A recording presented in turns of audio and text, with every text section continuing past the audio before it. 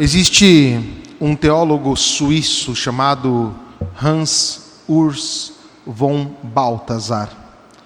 E no seu livro chamado Spiritus Creator, ele inicia dizendo sobre a alteridade.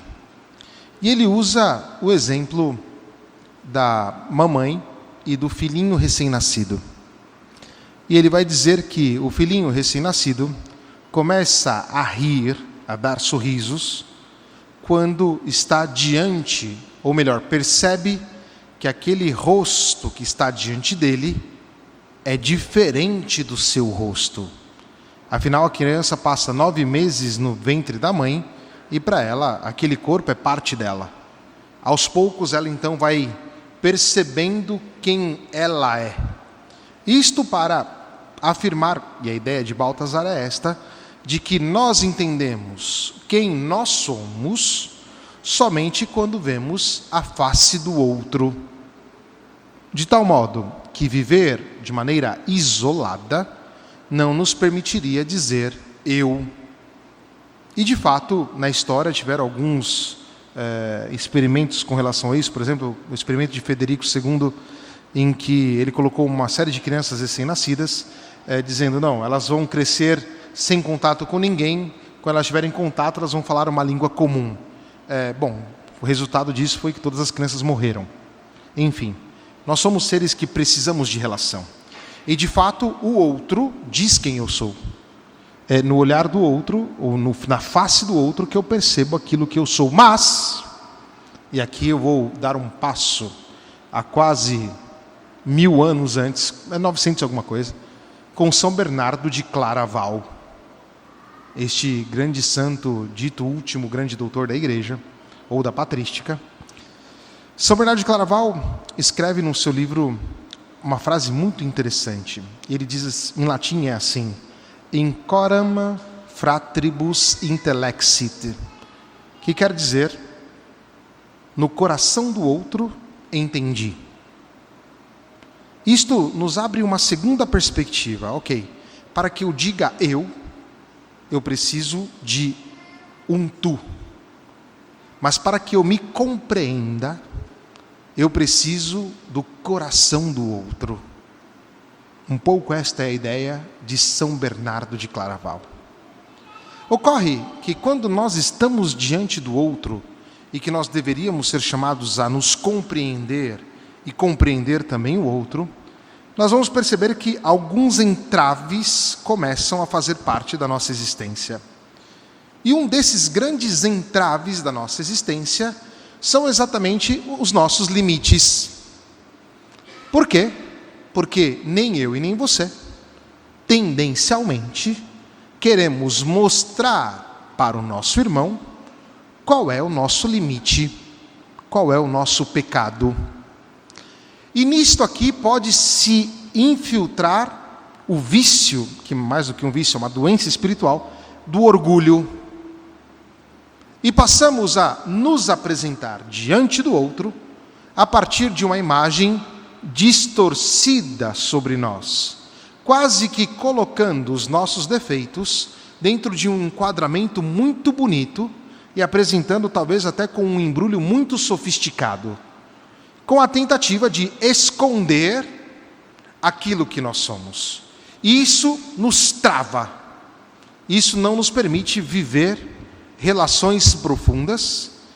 E olha, isto aqui muitas vezes, ou melhor, a grande maioria das vezes, nós fazemos também diante de Deus. Porque nós queremos nos apresentar diante de Deus somente com as nossas perfeições. E esquecemos de, diante de Deus, deixar claro também quais são os nossos pecados, quais são as nossas dificuldades. E quando isto acontece, e repito, é uma coisa muito normal, a nossa vida, ela fica completamente distorcida. Posso dar um exemplo?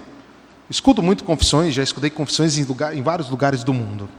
E é muito comum as pessoas virem confessar e falar assim, padre, eu não roubei, não matei, não tenho pecado não. Então vai embora, o que você está fazendo aqui no confessionário? As pessoas pensam que, ok, se eu não roubo, não mato, eu sou perfeito, está tudo bem. E não é bem isso. A nossa relação com Deus, muitas vezes, é um pouco disturbada, é um pouco complexa, exatamente porque nós, por orgulho, nós não queremos mostrar a Deus quais são as nossas misérias. Mas isso aqui é um engano tremendo, porque Deus conhece nós melhor do que nós mesmos. E quando tivermos a capacidade de narrar os nossos pecados diante de Deus, nós vamos começar a viver uma vida completamente nova. E olha, existe um lugar específico para isso. Existe um sacramento específico para isso. A confissão. O sacramento da penitência, o confessionário.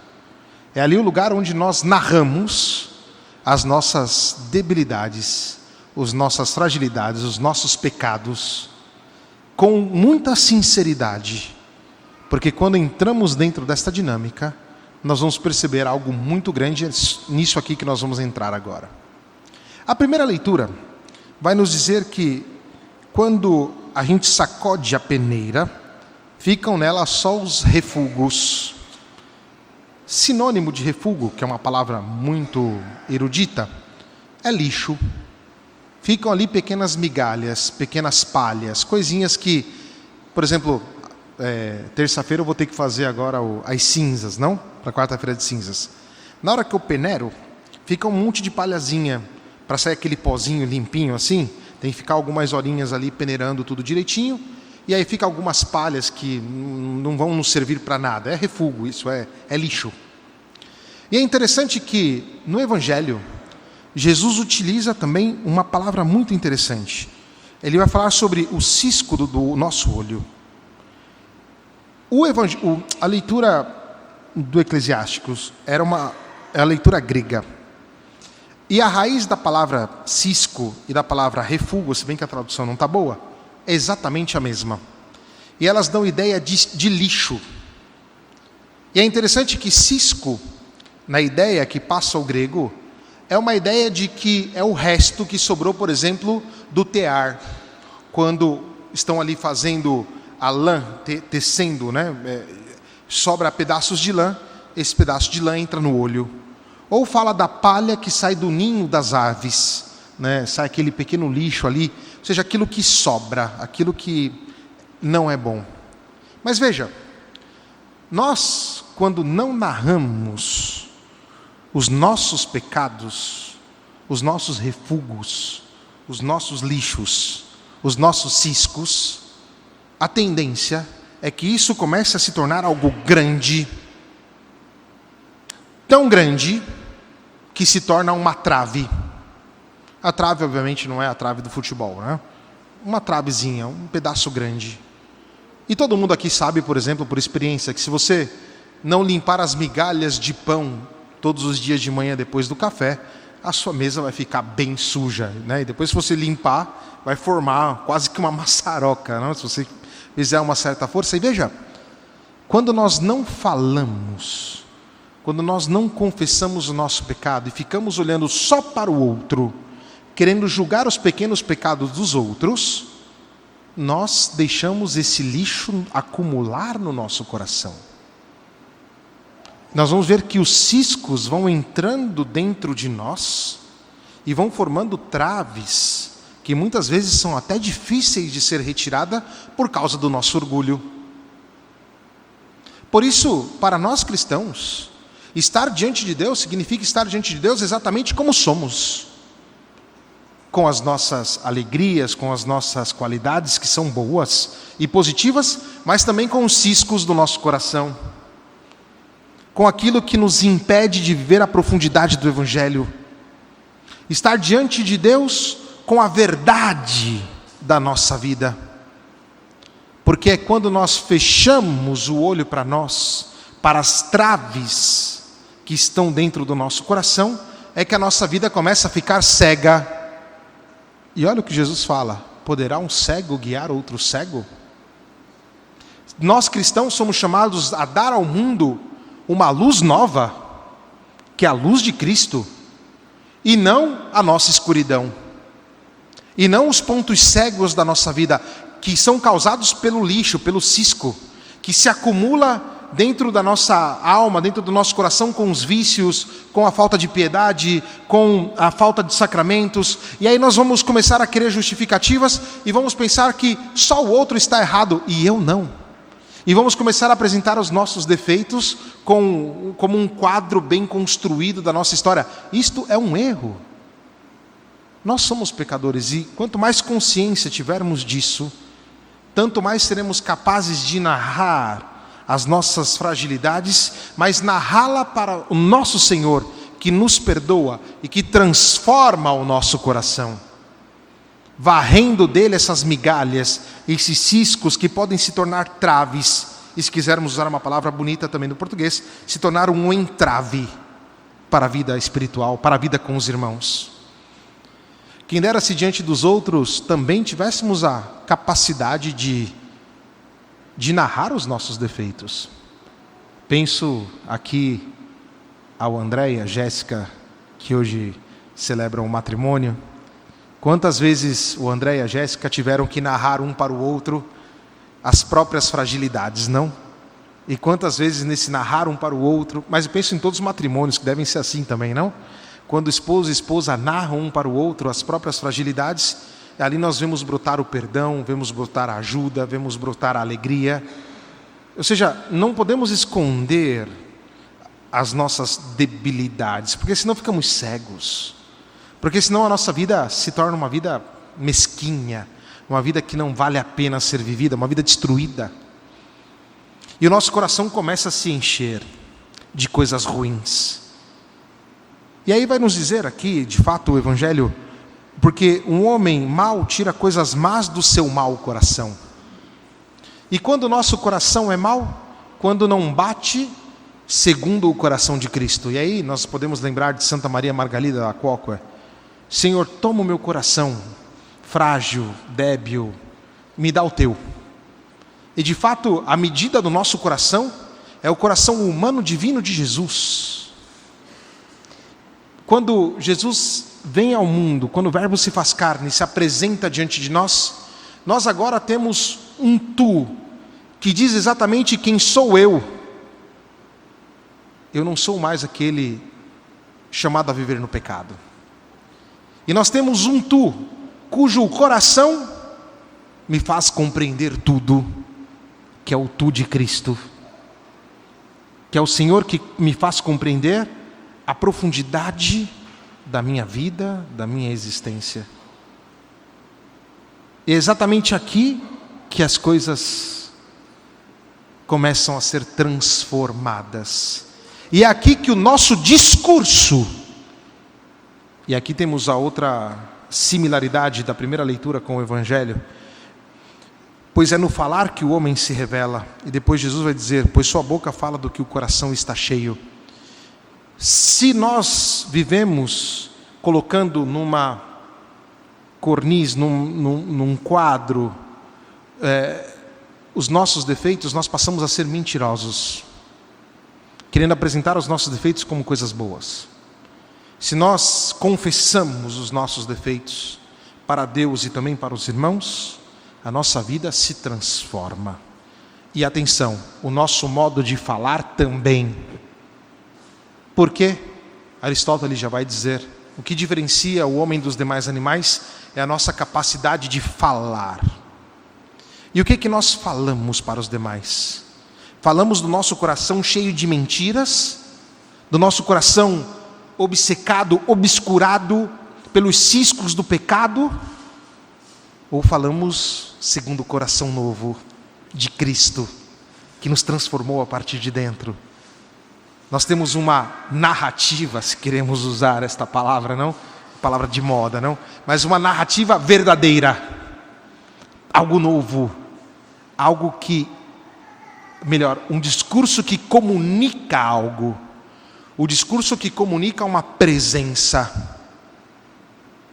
São Tomás de Aquino vai dizer, não? Que, primeiramente, a lei nova está infusa no nosso coração. Portanto, e esta infusão é o Espírito Santo. O nosso coração, com o cheio do Espírito, se torna leve. Se torna um coração capaz de falar as palavras de Cristo.